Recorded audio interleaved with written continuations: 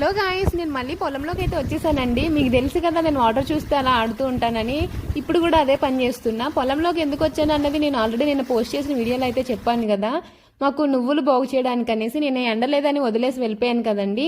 ఈ రోజైతే ఫైనల్ గా ఎండిపోయి మొత్తం దొలగొట్టేసామన్నమాట. ఇది అసలు బాగా పండి ఉంటే 3 days ఉంటుందండి పని, కానీ సరిగ్గా పండలేదు కాబట్టి ఒక రోజుతోనే పని ఫినిష్ చేసేసాము. 3 days అలానే ఎండబెట్టి దొలగొడుతూ మళ్ళీ ఇప్పుడు చేసినట్లే చెయ్యాలండి. కానీ ఇక్కడ ఏమీ అంతగా పండలేదు, అంతగా పొలం బాగాలేదు కాబట్టి ఒక రోజులోనే ఫినిష్ చేసేసాము. అక్కడ కర్రలన్నీ ఉన్నాయి కదండి, అవన్నీ దొలగొట్టి చుట్టూ పడేసాము. ఇప్పుడు గింజలంగా వేరుగా తీసేసాం కదా, అది ఇప్పుడు గాలిపూత చేయాలి. అది నేను తీద్దాం అనుకున్నా, మా మామయ్య నేను వచ్చేసరికి అది మొత్తం దొలగొట్టేసారు. అందులో ఉన్న చెత్త అంతా ఏరేయాలి, ఆ కర్రలన్నీ ఏరేసి బయట పడేయాలి.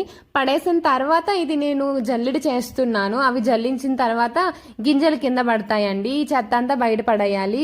ఇదంతా నువ్వులే అనుకుంటున్నారేమో, ఏం కాదండి, అందులో చెత్త కనిపిస్తుంది. నువ్వులు చాలా తక్కువ ఉన్నాయి. పంటలు పండితే ఎలా బ్రతుకుతారండి రైతులు, కానీ రైతులకు మాత్రం కష్టానికి విలువ లేకుండా పోతుంది. ప్రతిదీ రెడీమేడ్ అండ్ డూప్లికేట్ వచ్చేసాయండి. ఒరిజినల్ అంటే ఎక్కడా దొరకట్లేదు. ఇటే చూడు, హాయ్ చెప్పు. హాయ్ చెప్పరా,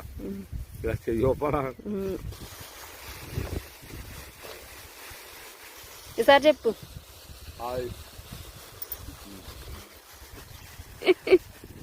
ఆయన మా మావయ్య అండి. ఆయన ఎక్కువ పొలంలోనే ఉంటారు, ఎక్కువేంటి ఇంక పొలంలోనే ఉంటారు. మార్నింగే వస్తారు, గేదెకి పాలు పిండుతారు, మళ్ళీ వస్తారు, మళ్ళీ వెళ్తారు. క్యారేజ్ పట్టుకొని వెళ్ళిపోతారు. దూరం కదా మా పొలం, అందుకనేసి అక్కడే తినేసి సాయంత్రం వరకు అక్కడే ఉంటారండి.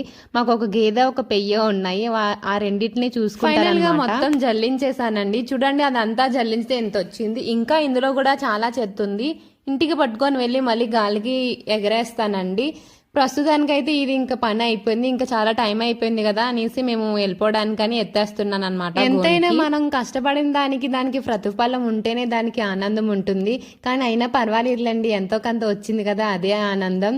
ఫైనల్ గా ఇంకా బస్తాకైతే ఎత్తేస్తున్నాను. అంత కష్టపడి అంత 3 రోజుల నుంచి అలా చేస్తే ఎంత వచ్చిందో చూడండి, చాలా ఘోరం. ఇంటికి పట్టుకెళ్ళిన తర్వాత చాలా ప్రాసెసే ఉందండి. అది మళ్ళీ ఇంటికి పట్టుకెళ్ళి బాగు చేయాలండి.